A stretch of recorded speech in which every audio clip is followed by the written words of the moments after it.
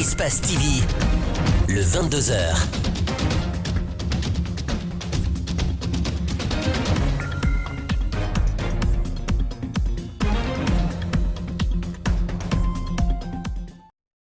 Vous regardez Espace TV, merci de cette fidélité. Il est 22h à Conakry, à Bankala, c'est à Kankan. Merci de nous préférer. Bienvenue dans cette édition d'information dont voici le sommaire. Fini à Wimba au Ghana, le séminaire sur les systèmes électoraux en Afrique de l'Ouest autour du thème « Les réalisations, les défis et la marche à suivre ». Ce séminaire vise à faire une analyse approfondie de la pratique démocratique dans les pays de la communauté. L'actualité en Guinée était également au centre des débats. Vous les entendrez dans cette édition d'information. La descente aux enfers du Sili national de Guinée interpelle après les citoyens supporters, les anciens sociétaires aussi s'indignent. Regroupés en association, les anciens joueurs du 11 national étaient ce samedi face à la presse. Vous entendrez Camille Zayat, le capitaine dans cette édition. Et puis les grandes unes de la semaine dans les tabloïds et sur les sites d'information guinéens. C'est dans la dernière partie de ce journal avec Djibril Bah. C'est tout pour le sommaire.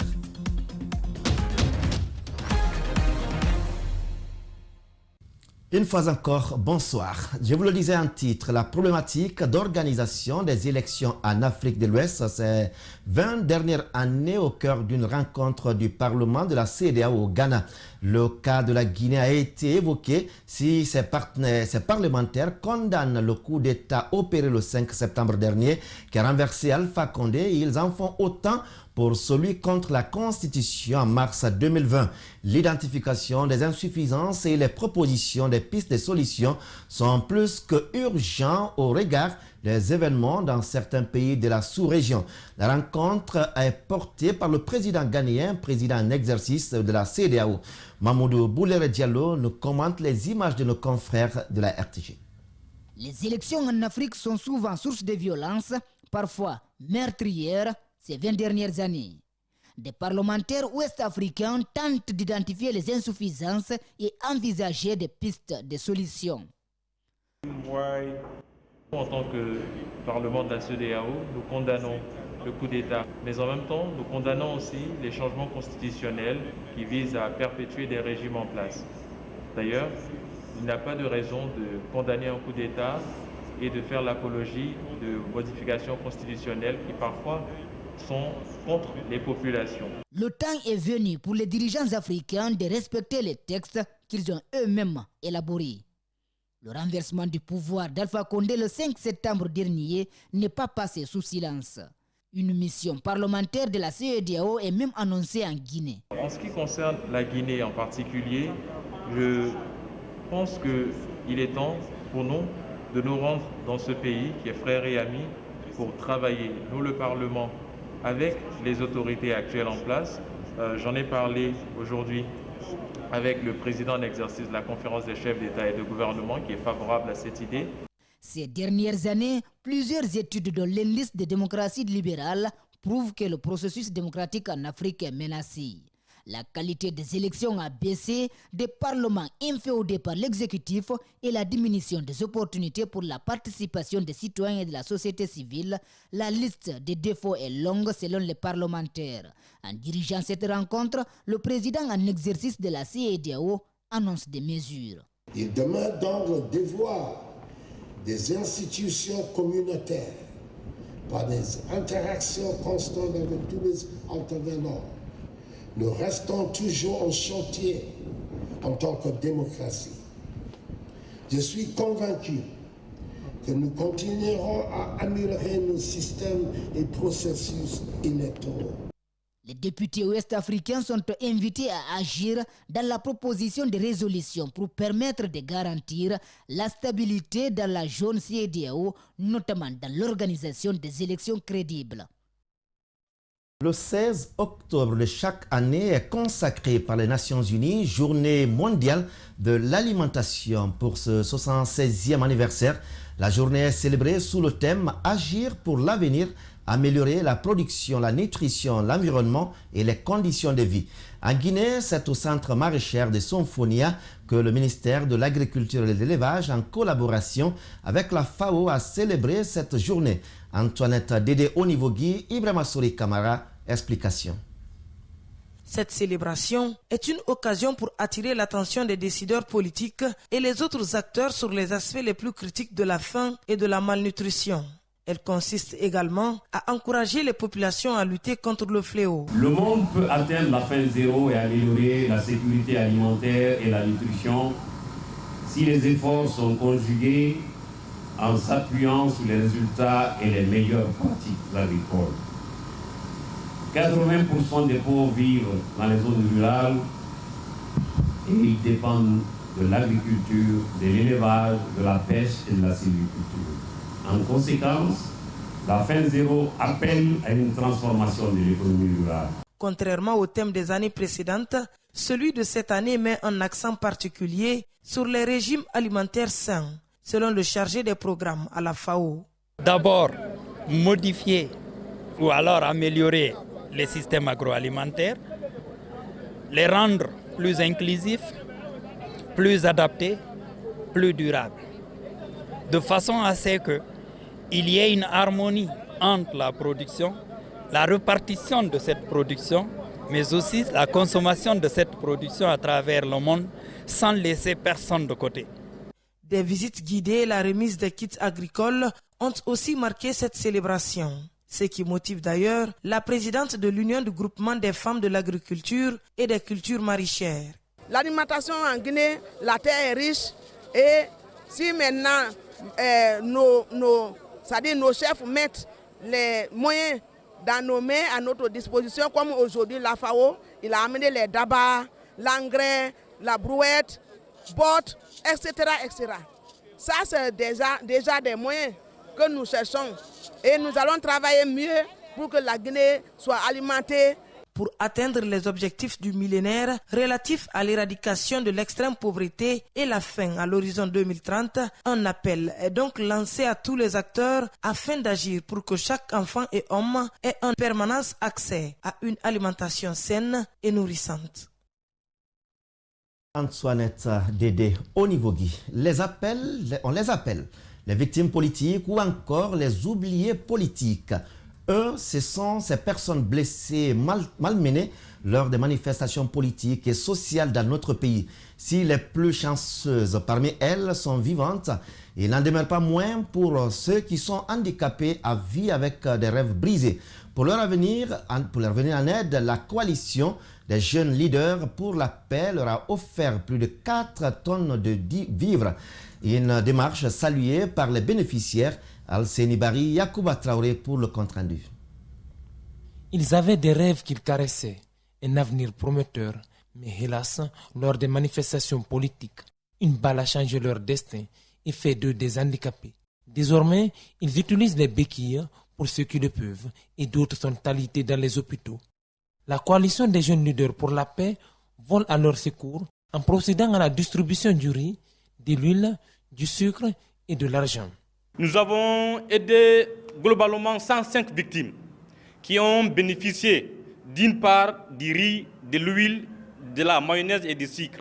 Et 10 autres victimes qui ont été aidées à travers des petits montants pour le traitement parce qu'ils sont hospitalisés dans les hôpitaux. Des blessés graves, disons. Une initiative saluée par les bénéficiaires. C'est pour féliciter le donateur. On le félicite. Parce que ce n'est pas nous seuls qui sommes les victimes.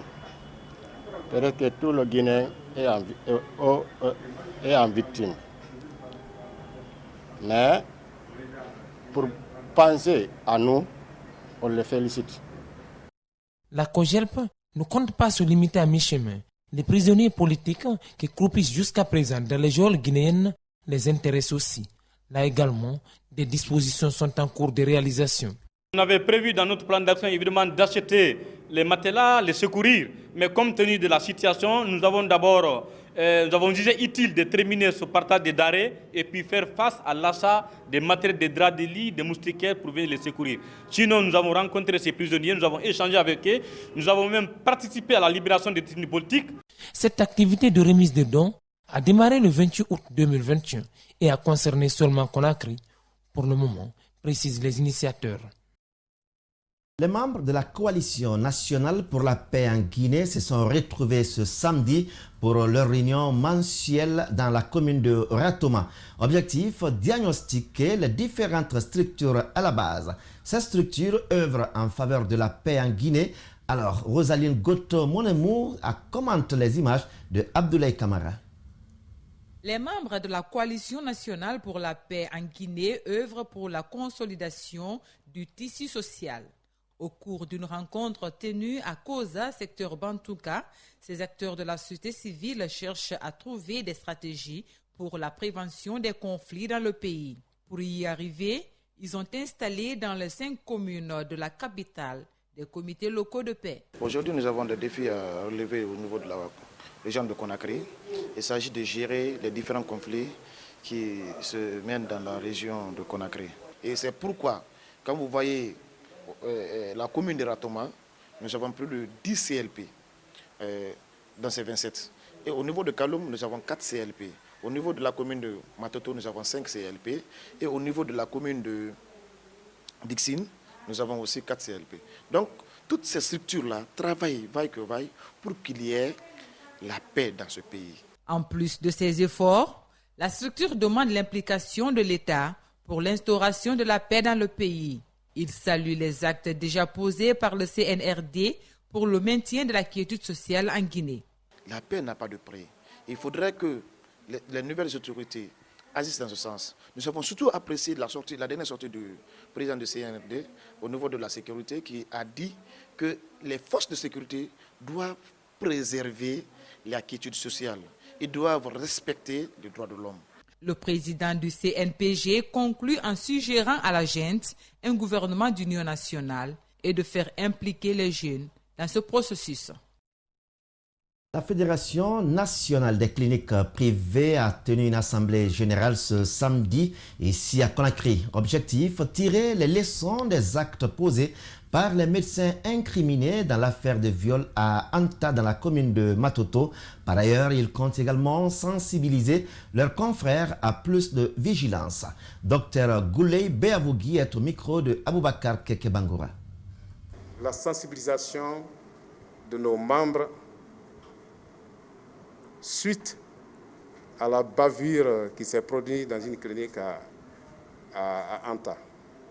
Là, il faut rappeler les règles d'éthique et de déontologie médicale à nos membres. Le troisième aspect, suite à ce bisou que la Fédération nationale des cliniques privées vient d'avoir, il était important pour la Fédération nationale des cliniques privées d'ouvrir grandement ses portes à toutes les organisations médicales et tous les professionnels de la santé en République de Guinée, en vue de bâtir la future direction nationale des cliniques privées. Remise des dons ce samedi aux enfants de SOS Village, c'est une initiative de l'ONG Bembea de Guinée qui vise à apporter un soutien moral et financier à ces enfants démunis. Chez les bénéficiaires, ce don est un ouf de soulagement, surtout à l'approche de la rentrée scolaire en Guinée. On fait le point avec Aminata Massiri Bangoura et Aboubakar Keke Bangoura. L'ONG Bembea de Guinée vole au secours des enfants de SOS Village. Ce samedi, elle a procédé à la remise d'un important lot de dons à ces enfants qui sont dans le besoin.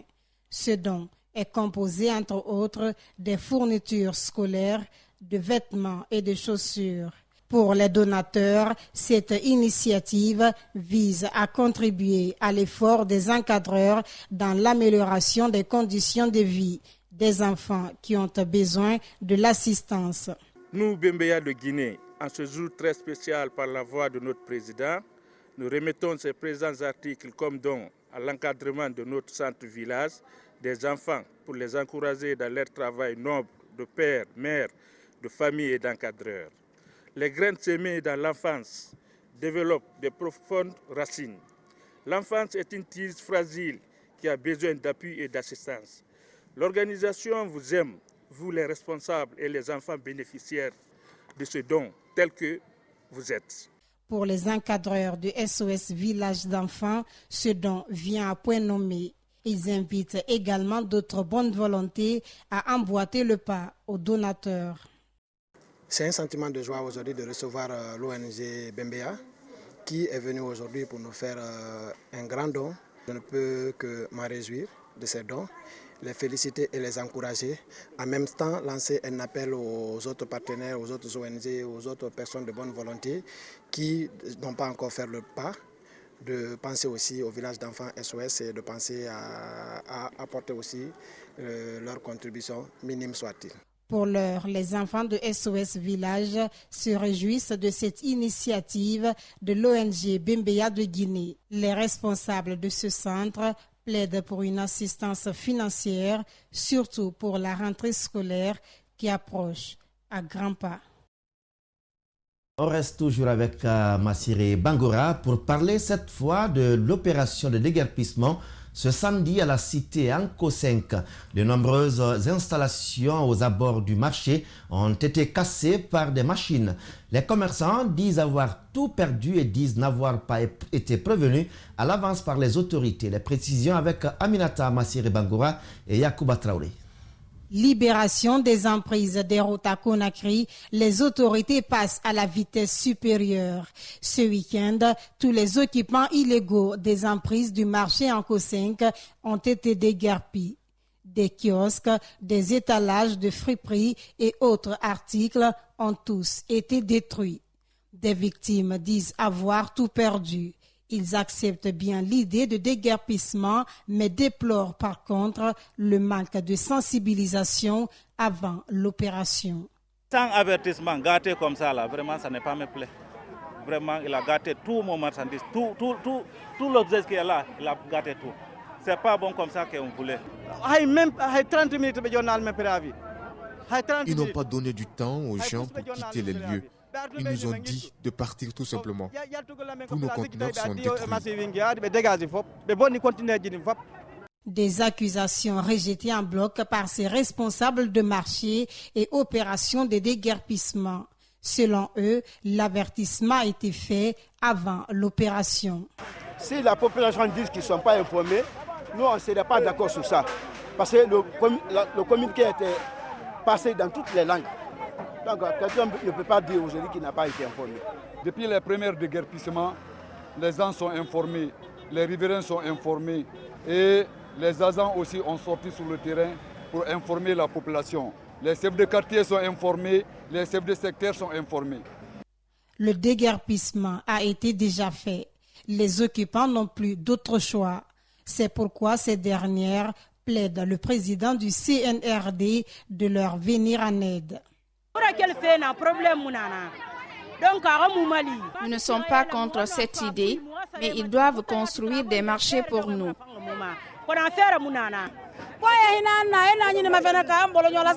Le président doit nous venir en aide. Toutes mes marchandises sont détruites.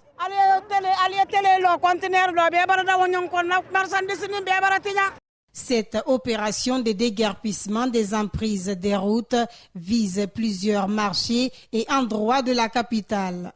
Il révèle du constat que ces endroits, après l'opération, sont abandonnés sans aménagement. Par ricochet, la nature a horreur du vide. Certains pourront y revenir. Dans le même registre, l'utilisation des passerelles n'est pas encore ancrée dans les habitudes des citoyens de Conakry. Et pourtant, les cas d'accident sont récurrents. C'est une évidence. Leurs utilisations éviteraient les cas d'accident, mais aussi et surtout minimisent les embouteillages. Une structure de jeunesse conduite par Ibrahima Aminata Diallo s'attelle à une sensibilisation au marché de Koloma dans la commune de Ratoma. Mamadou Sadio Baldé nous donne des explications. On ne peut plus clair, passer une journée en train de contourner vaut mieux que de se noyer à l'aube. Expliquer les méfaits des accidents de la circulation, mettre l'accent sur les avantages liés à l'empreinte de la passerelle.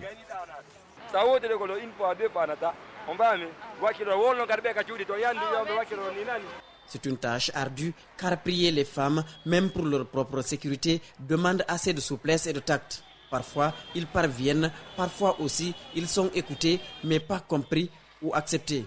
Pour éviter les accidents, les embouteillages, tout ça là. Vous savez, le degré de compréhension des gens, ils ne sont pas les mêmes quoi en fait. Vous voyez? Ibrahim Aminata Diallo mobilise une équipe pour réduire les risques d'accidents de la circulation. Pour lui, l'État a besoin de relais pour sensibiliser les citoyens pour leur propre protection. Malgré l'installation de ces passerelles, force est de constater que les citoyens piétons n'ont pas encore intégré l'utilisation de ces passerelles dans leur pratique.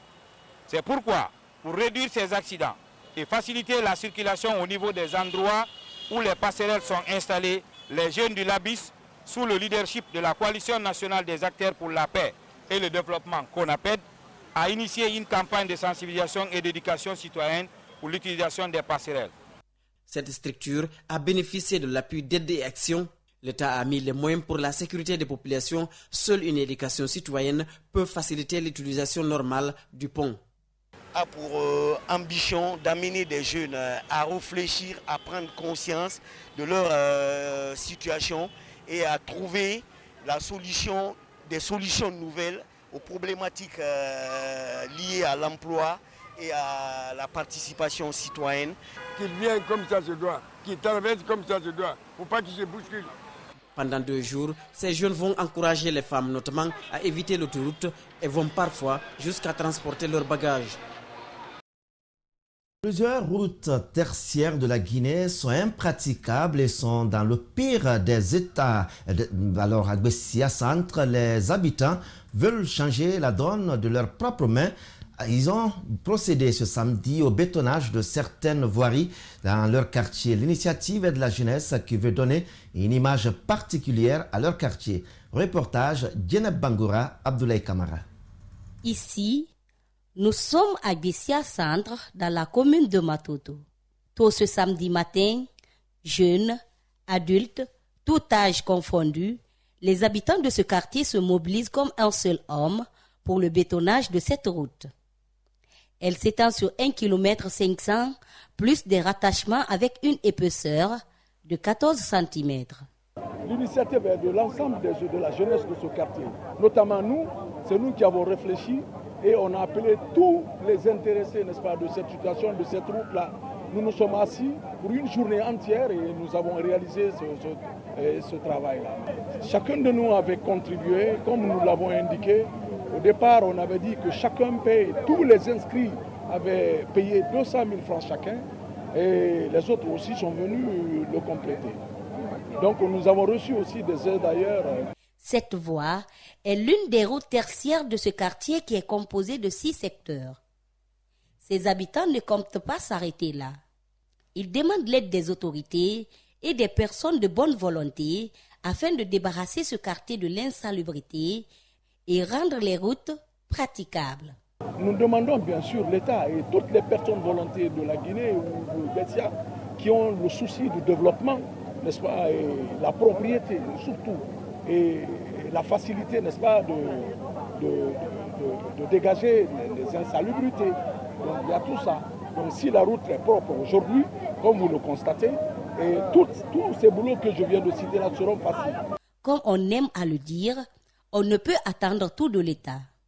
Ce bétonnage de cette route n'est pas une première à Bessia Centre. Certaines routes des secteurs sont bétonnées grâce à l'initiative de ces mêmes jeunes. Un fait divers qui prend de plus en plus de l'ampleur. Et pourtant, l'islam et le christianisme, deux religions monothéistes qui interdisent la pratique de l'homosexualité. Dans le code pénal également, la pratique est interdite et punie sévèrement. Mamadou Kalisso, Ibrahima Sori Souma se sont intéressés à la question. Suivez leur reportage. L'homosexualité est une pratique qui a commencé à l'époque du prophète Lot, bien avant Mahomet, paix et salut sur lui. Une pratique prohibée par l'islam. Les premiers qui l'ont pratiquée ont été châtiés par Dieu. Dans le surat Hud, chapitre Hud, Dieu nous dit, et lorsque ma décision fut arrivée, j'ai renversé les 7 cités dont la capitale était Sodome, et il a fait pleuvoir sur la cité des cailloux venant de l'enfer.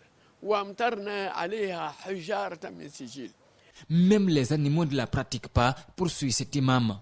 Sur le plan islamique, l'homosexualité est considérée comme étant le paroxysme de la dépravation des mœurs et valeurs.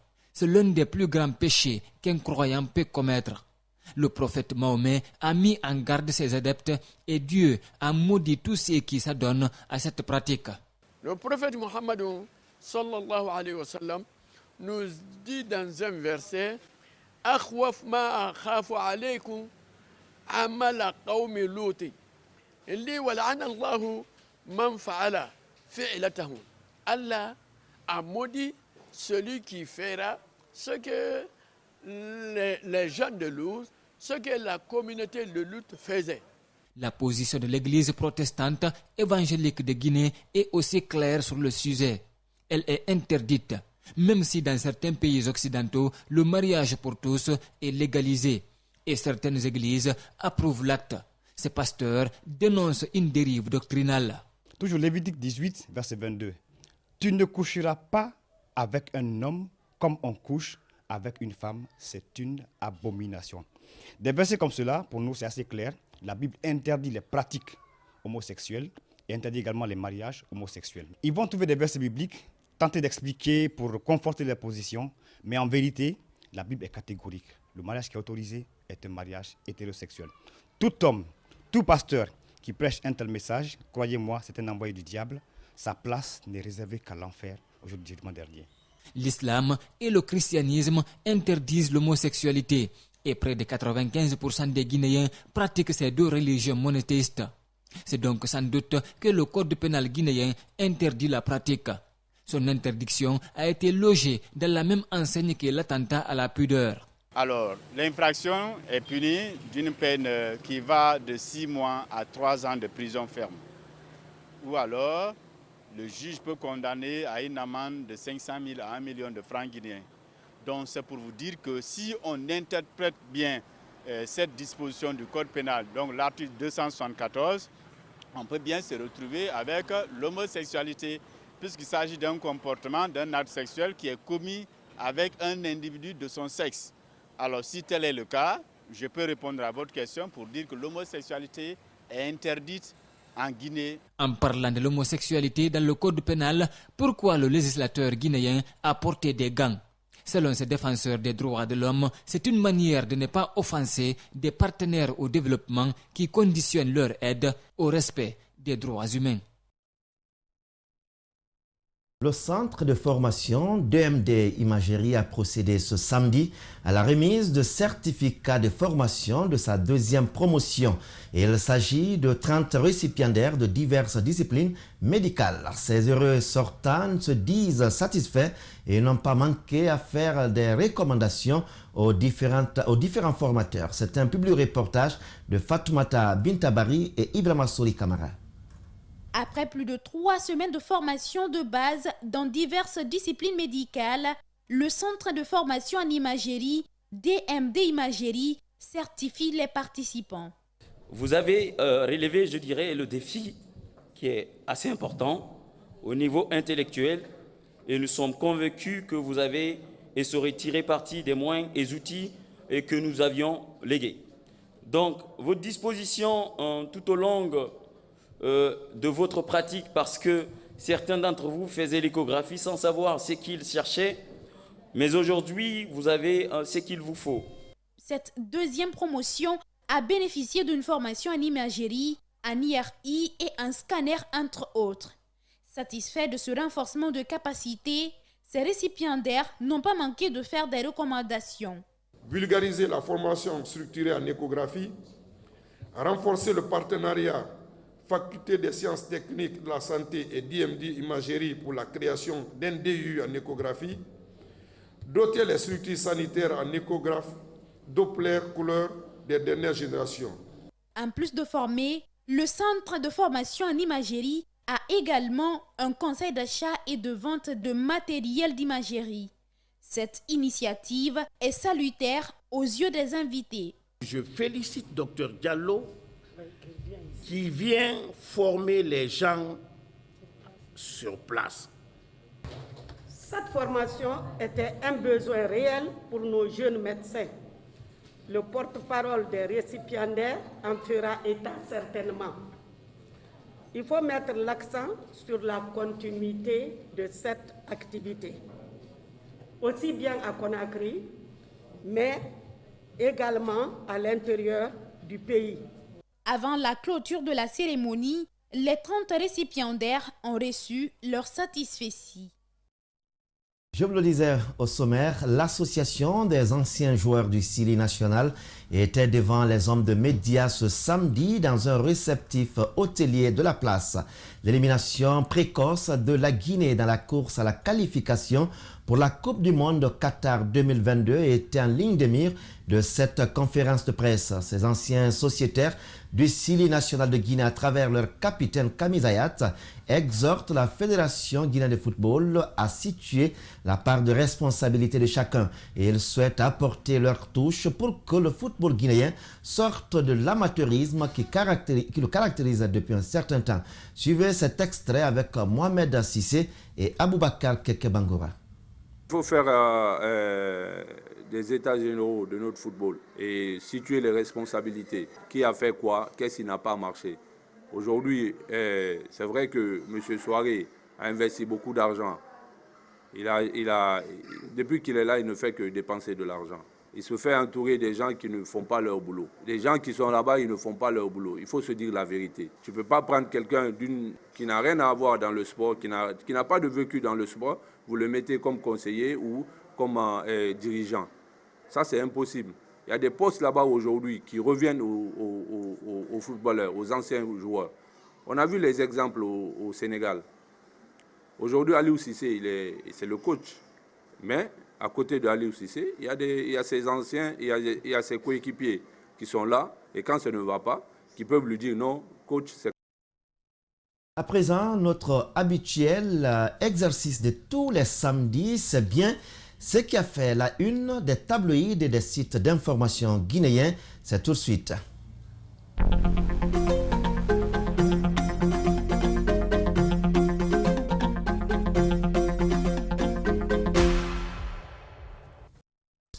Bonsoir Djibril Ba, merci d'être sur ce plateau. Bonsoir David. Je ne sais pas si c'est une complicité entre Djibril Ba et Kamizayat pour être dans le même costume ce samedi soir. Eh bien, c'est une coïncidence de fait. Hein? Alors, vous nous dites la une des médias guinéens, c'est maintenant avec vous. Et que peut-on globalement retenir? Eh bien David, cette semaine, l'actualité a été vraiment riche encore. On commence par cette information. Et cette semaine, il y a eu la descente musculée des militaires chez nos confrères de Dioma. Bilan, 2 blessés. Titre Guinée News. Des échanges de tirs ont eu lieu entre des militaires et des policiers qui assuraient la sécurité du groupe médiatique. On a enregistré 2 blessés de 2 côtés. Notre confrère d'ajouter que les militaires n'ont pas trouvé ce qu'ils cherchaient. Et puis, à la suite de cette attaque, il y a eu tellement de déclarations des organisations de presse. Donc, on retient celle du SPPG qui a haussé le ton selon le site d'information laguinée.info. Le site d'information donc dit que le syndicat des professionnels de la presse de Guinée a été particulièrement indigné d'apprendre l'attitude inacceptable des agents du groupement des forces spéciales qui ont fait irruption le 9 octobre aux environs de 22 h dans les locaux du groupe Dioma.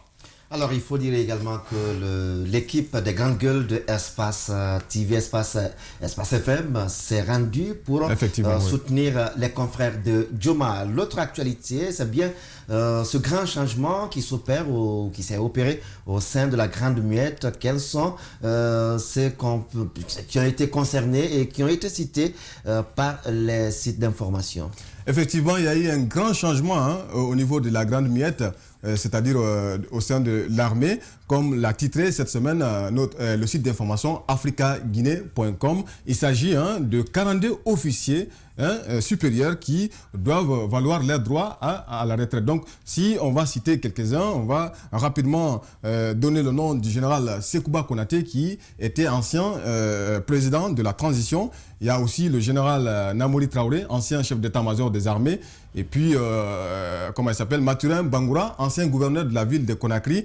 Et les généraux Bourema Kondé et Rémi Lama, tous anciens ministres. Et parlant du changement qui intervient en ce moment, le journal Le Populaire titre Mohamed Beavogui, le devoir de réussir. Donc le journal, encore une fois, interpelle le Premier ministre, le chef du gouvernement et Mamadi Doumbouya, surtout ce dernier. Donc le journal dit que ce dernier doit ressembler à Jerry Rawlings. Donc le journal poursuit pour dire qu'il devrait se positionner dans un temps ni trop court ni trop long. La durée de son règne doit être rendue publique, ne serait-ce que pour son entrée dans l'histoire des transitions réussies en Afrique. Et puis, il y a ce journal, l'hebdomadaire L'Observateur, qui a titré cette semaine « Mohamed Beavogui ou la compétence », comme vous pouvez le voir à travers cette image. Oui. Donc, le journal a consacré un portrait robot à l'une de ses pages, c'est-à-dire le journal a commencé à parler de ses études primaires en passant par sa nomination en tant que conseiller technique à la FAO et puis sa nomination au Fonds international pour le développement de l'agriculture, en abrégé FIDA, et puis là où il a été nommé aussi en tant que directeur à la mutuelle panafricaine de la gestion des risques. Donc, entre autres, c'est ça qu'on peut retenir. Oui, comme le disait d'ailleurs Djiba, un CV à la taille d'un bras long. Alors, Mohamed Beavogui, toujours on parle de lui, un autre journal, c'est bien le Lynx, le Lynx qui titre « Mohamed Beavogui ne trouvera pas de sésame à ouvrir qu'à condition que le pays ait une gouvernance de bonne qualité ». Oui, le journal satirique qui a titré aussi Mamadi tire Mohamed. Donc c'est un jeu de mots, comme vous pouvez le constater ici à travers cette image. C'est une caricature, mais derrière cette caricature, il y a quand même une interpellation aussi. Selon le journal satirique, le colonel Mamadi Doumbouya et le Premier ministre chef du gouvernement doivent tout faire pour réussir la transition. Donc ils ont la clé en main pour vraiment répondre aux aspirations d'une jeunesse qui quand même est là, qui n'a pas de boulot, donc qui doit avoir plutôt une formation de qualité. Une formation de qualité. Au pays de Nana Akufo-Addo, les membres du FNDC seraient-ils en mission de la junte, s'interroge le site d'information Mosaïque Guinée. Effectivement, David, cette semaine, une délégation coordonnée par les membres du FNDC tels que Oumar Silla, Fonike Mengue, Ibrahima Diallo et Sekou Koununo. Donc, ils ont été reçus par le président en exercice de la CEDEAO, son Excellence Nana Akufo-Addo, président de la République du Ghana. Donc, ils étaient en mission. Le site d'information même s'est posé la question. Le site d'information s'est posé la question pour savoir est-ce qu'il jouait le jeu de la junte. Donc, entre autres, ce qu'on peut retenir, parce qu'il n'y a pas eu de détails concernant le délai de la transition décidée par l'organisation ouest-africaine, mais quand même, ils ont parlé, entre autres, de la situation actuelle du pays et puis le regard de la société civile sur la transition, l'implication du président de la CEDEAO, surtout, l'implication du président de la CEDEAO pour la réussite de la transition. Il faut dire déjà qu'avant d'arriver à Accra, cette mission du FNDC est passée par Dakar et puis en Guinée-Bissau. Pour terminer, on va avec ces faits divers. Cela ne passe pas inaperçu, en tout cas, dans les colonnes des médias locaux. L'homme qui prie dans sa langue, il s'agit bien d'Ismaël Namfo Diaby, qui a fait la une des médias. D'abord, je voudrais commencer. Est-ce que vous connaissez d'abord sa religion? Sa religion, Yere Kolobaya. Donc, Yere Kolobaya, qui veut bien dire la soumission. Effectivement. Et qui n'est pas loin de l'islam. Sa religion aussi, c'est, son prophète, c'est Mamadi. Donc, cette semaine, le site d'enquête et d'investigation inquisiteur.net nous apprend que Namfo Diaby a été déclaré libre, contrairement à ce que pensent la plupart des gens. Le procureur a laissé entendre que Namfo n'était pas poursuivi pour avoir prié dans sa langue vernaculaire plus tôt pour avoir bravé une décision prise par le secrétaire général de la Ligue islamique. Et puis, il dit, c'est en priant dans ma langue que je me sens à l'aise. Et donc, il a été cité par le site d'information Guinée 7. Il faut quand même rappeler que Nanfo Diaby a été condamné le 26 mai 2021 à 12 mois de prison avec 6 mois assortis de sursis et au paiement de 500 000 francs guinéens d'amende par le tribunal de première instance de Kankan pour trouble à l'ordre public. Donc on finit pour rappeler quand même cette intervention de son avocat qui, pendant toutes les procédures, pendant toutes les démarches, qui disait qu'il ne comprenait pas pourquoi on poursuit son client. Et pour lui, le dossier de Nanfo Diaby était vide. Donc il précise entre les colonnes du site d'information, il dit « Aujourd'hui, nous avons montré devant la cour d'appel à sa chambre correctionnelle que Nanfo est une victime mais non coupable. » Donc il conclut pour dire « Nous avons demandé au président de la cour d'appliquer l'article 544 de notre code et aussi demandé à la cour de renvoyer Nanfo des fins de la poursuite judiciaire. » À peine sorti, et pour terminer, à peine sorti, Nanfo Diaby ne s'est pas empêché de conduire une prière dans sa cour, et où d'ailleurs il y a eu des voix qui sont élevées pour se poser la question de savoir est-ce qu'il est admis de prier avec les chaussures. Merci à vous, Djibril Ba, pour cette revue. Merci, David. Merci également à nos aimables téléspectateurs. Les programmes continuent sur Espace TV. Merci de votre attention et au revoir.